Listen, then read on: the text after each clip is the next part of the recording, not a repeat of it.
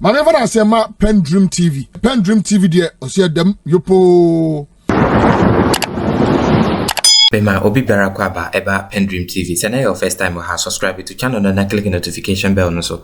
Like Jumadie no na share ma afofron so ensa enkabi.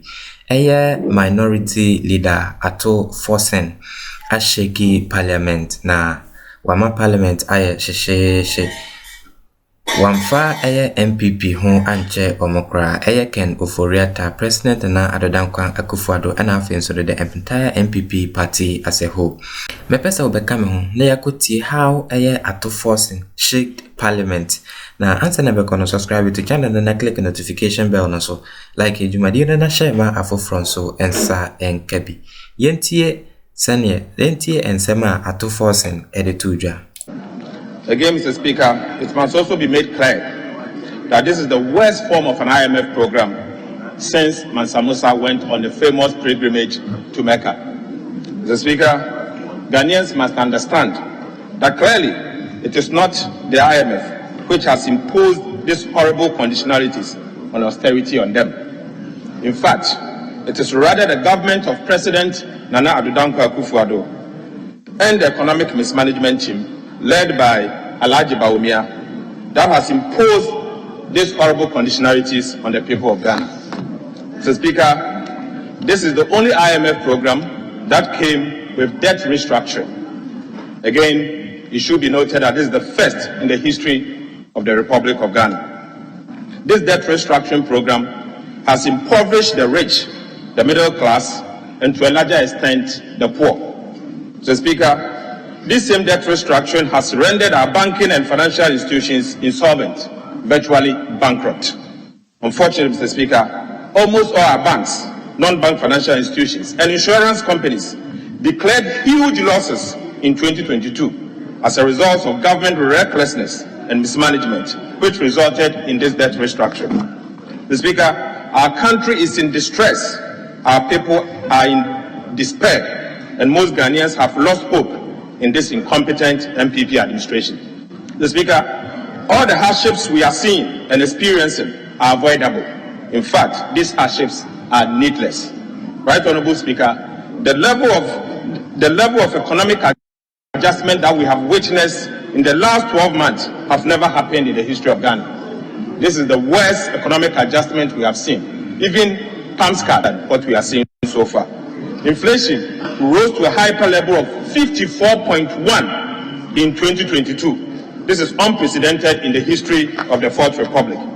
Right Honorable Speaker, the Ghana cedi depreciated from 6 Ghana cedi to $1 to over 15 Ghana cedis to $1 in the year 2022. The Speaker, this is over 100% depreciation on a straight line calculation. The Speaker, depreciation coupled with inflation have reduced the rich to a middle class, and above all, the poor have become poorer. Mr. Speaker, the Bank of Ghana printing of money caused the depletion of Ghana's external reserves, which resulted in the unprecedented depreciation of the Ghana cedi, which obviously is the main cause of the inflation we are seeing so far. Mr. Speaker, an estimated 850,000 Ghanaians were reported by the World Bank to have pushed further down the poverty line in 2022 alone due to the inflation we experience. Mr. Speaker, the government admitted in paragraph 2 of the Memorandum on Economic Policy that was sent to the IMF that the illegal printing of money by the Bank of Ghana, which was supervised by the economic mismanagement team led by Mr. Strategist, caused this hyperinflation of 54.1% in the year 2022.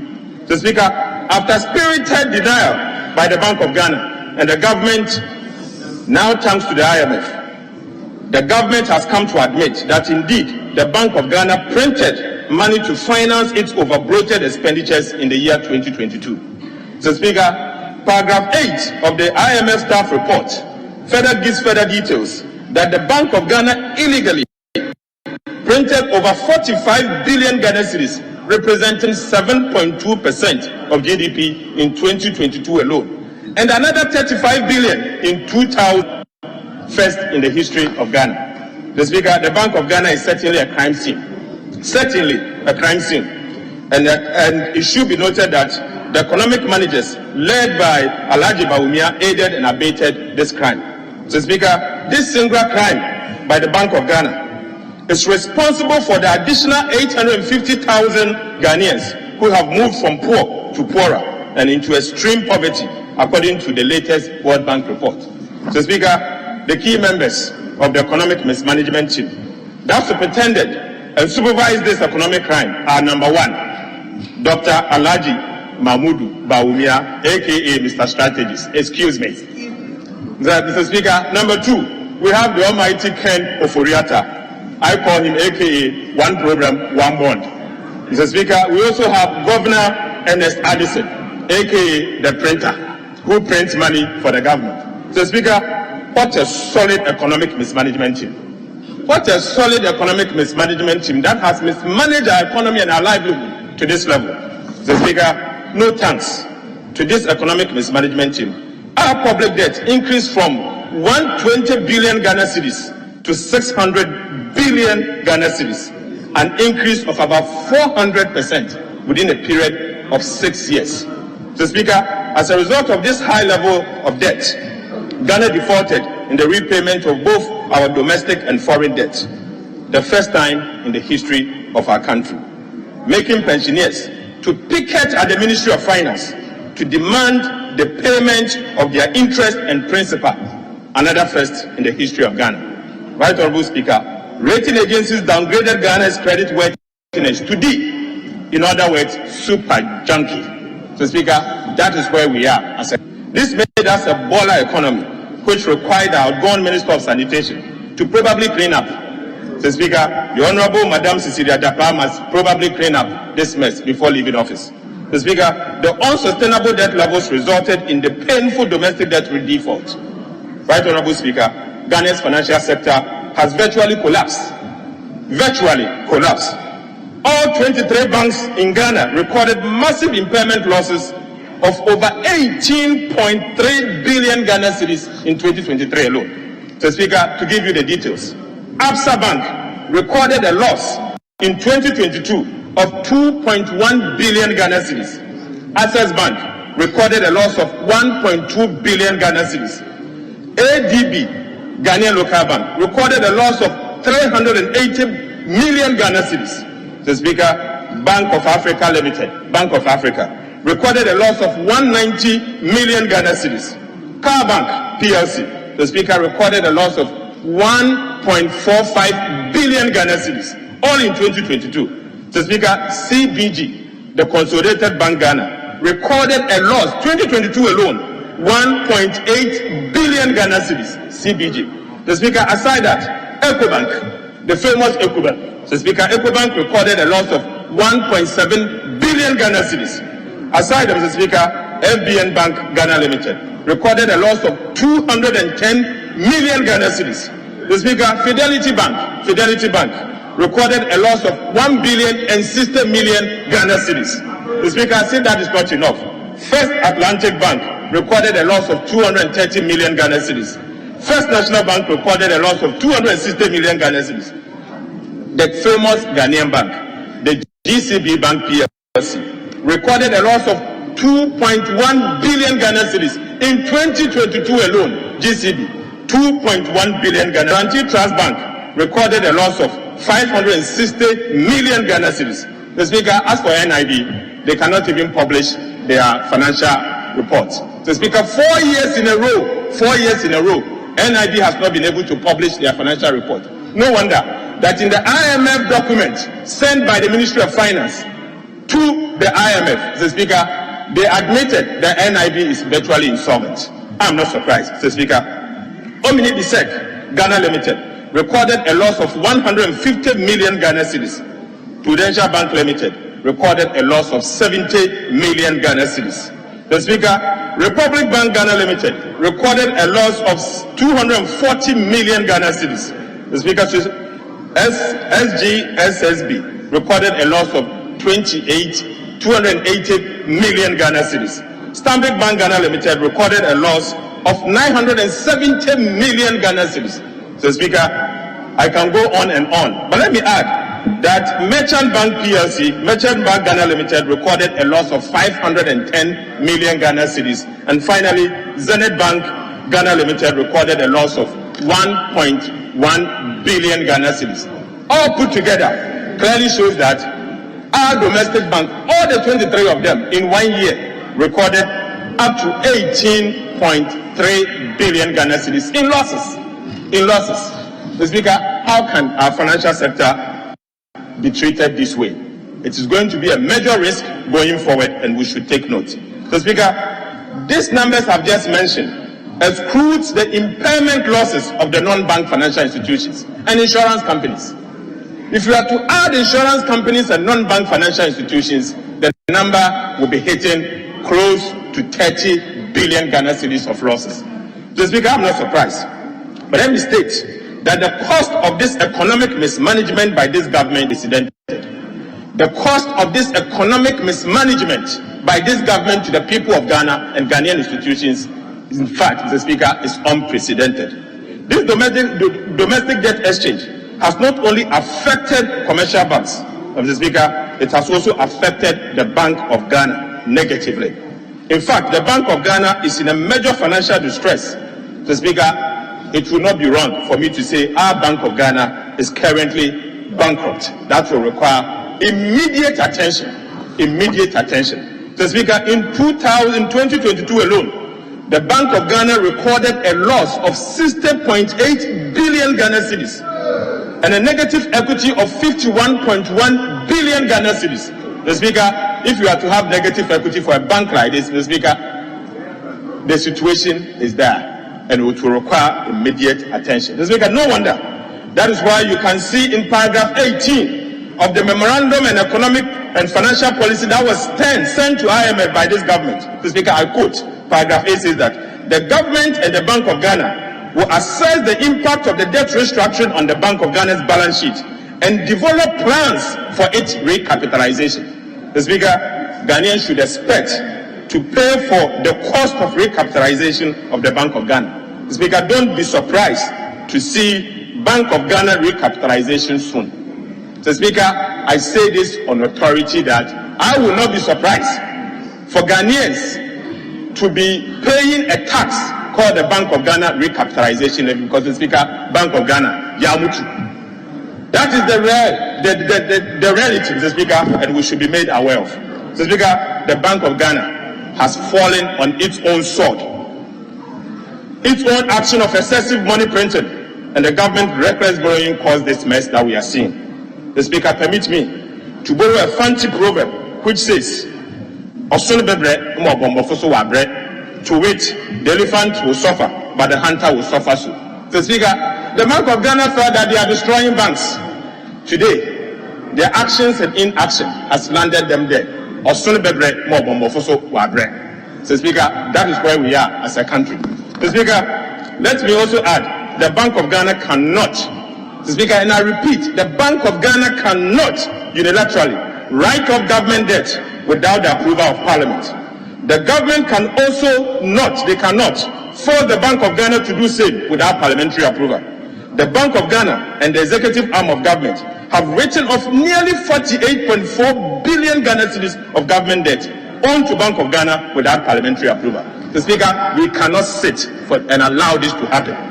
The Speaker, the Bank of Ghana is a sovereign bank. The shareholders are the people of Ghana. The Speaker, we are the representative of Ghanaians, and we should be given the opportunity to allow this to happen.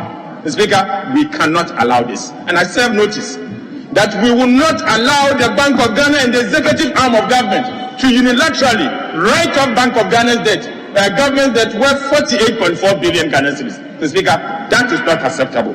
The Speaker, we maintain that the entire government of Ghana's debt restructuring program must be submitted to Parliament for scrutiny and possible approval. The Speaker, that is what the way we should go as a country. Mr. Speaker, let me say that we have not turned the corner. We have not even seen the corner from where we are as a country. In fact, we are still in the woods. We are still in a big mess. Of course, a big mess. We are nowhere near the corner, let alone to turn it. The government must rather apologize to the people of Ghana for destroying our livelihood our country, and our motherland. Mr. Speaker, the mess is gargantuan. Right, Honorable Speaker, let me repeat this. We have not turned the corner. We have not seen the corner from where we are as a country. In fact, we are still in the woods. We are still in a mess. Of course, a big mess. We are nowhere near the corner, let alone to turn it. The government must rather apologize to the people of Ghana for destroying our livelihoods, our country, and our motherland. So, Speaker, the mess we are seeing today is gargantuan and require urgent action. Right, Honorable Speaker, this government has successfully collapsed all state-owned enterprises and institutions. So, Speaker, the almighty Bank of Ghana is now bankrupt, with a negative equity of 55.1 billion and counting. That will require taxpayers to recapitalize it. Again, Mr. Speaker, who would have thought the once prestigious Ghana Cocoa Board will today be bankrupt to the extent that they can't repay their debt. The Bank of Ghana today cannot even pay cocoa bond holders. The Ghana Cocoa Board, they cannot even pay cocoa bond holders. They cannot pay their cocoa road contractors. The Cocoa Board today cannot even pay license buying companies, LBCs. Cocoa Board, they are struggling to pay fertilizer supplies.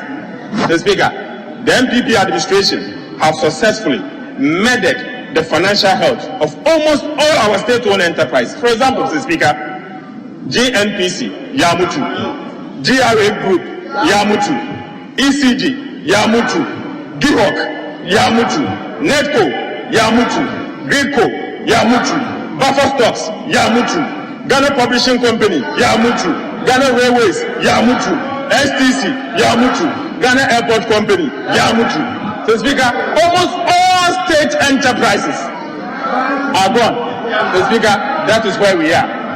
So, Speaker, so Mr. Minister, this is your scorecard. This is the scorecard of the President Nana Adanko Akufo-Addo, and Mr. Strategist, our Vice President. So, Speaker, everything is gone. So, Speaker, what a corner, Honorable Minister, what a corner have you turned? I don't think that you have turned the corner.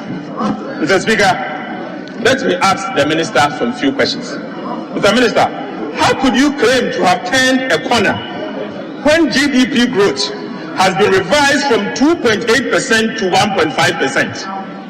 Mr. Minister, how could you have turned a corner when currently your net international reserves is hovering around 1 week of import cover and is projected to be about 3 weeks by the end of the year? So, Speaker, let me ask you once again, Mr. Minister, how could you claim to have turned a corner when inflation is currently 42.5% and rising and projected to be 31.3% by the end of the year? Honorable Minister, how could you claim to have turned a corner when monetary policy rate is 30% and rising, and commercial banking rate, lending rate is 36% and also rising? Honorable Minister, how could you claim to have turned a corner when you know that inflation is currently 42% and rising and projected to be 31% by the end of the year, when monetary policy rate is 30% and rising, and when commercial banking rate is also 36% and rising? But most importantly, I want to ask him, how could you claim to have turned the corner when you have not stopped the reckless borrowings? After informing Parliament that you are not going to borrow in the domestic market in 2023, Honorable Minister, you borrowed 5.5 billion from the T-bill market in the first 6 months of the year alone. Your own financing, if you are to look at Appendix 2C, it tells you what you have done. So, Speaker, this is a document not coming from me. So, Speaker, he also intends to borrow another 41.3 billion in the next 6 months, also without parliamentary approval, because the Speaker, what he submitted to us, he did not ask us to approve. He's only telling us by way of information. The Speaker, that is why I'm of the view that media review must come in a form of a motion. The Speaker, Mr. Minister, this is for your own good, so you are protected. The Speaker, again, he intends to borrow 41.3 billion Ghana cedis from the T-bill market in the next 6 months. No wonder that 91 days T-bill rate has moved from the 14% after the debt restructuring to 27% and counting. The Speaker, I won't be surprised that in this, the way he's going, by the end of the year, TB rate, the 91 days TB rate will be 35%. Mr. Speaker, that is the reality. Because clearly, if 5.5 billion additional borrowing can move you from 14% to 27%, only God knows. Additional 41.3 billion borrowing will move you from 27% to probably 35% or maybe 40% by the end of the year. Honorable Minister, we are in a big mess. Mr. Speaker, let me make it clear that we have not turned the corner. The performance of this economic management team, despite the hype over the past 7 years, has been beyond abysmal. With this mess created by this NPP administration, Ghana will require over 5 years of collective sacrifice and dedication to turn things around. Mr. Speaker, this government has rewritten Ghana's economic history, and a book on how not to manage an economy must be dedicated to the Akufo-Addo government.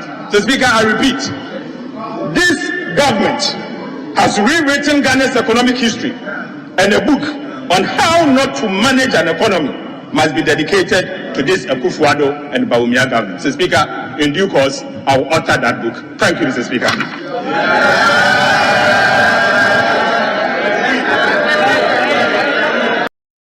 Dedi kama mamena Pendream TV ase. Na so far so good. Say open online portal e wo Ghana. Ah nipa share, nipa follow, nipa comment here. To my best of knowledge, without any biases, Pendream TV.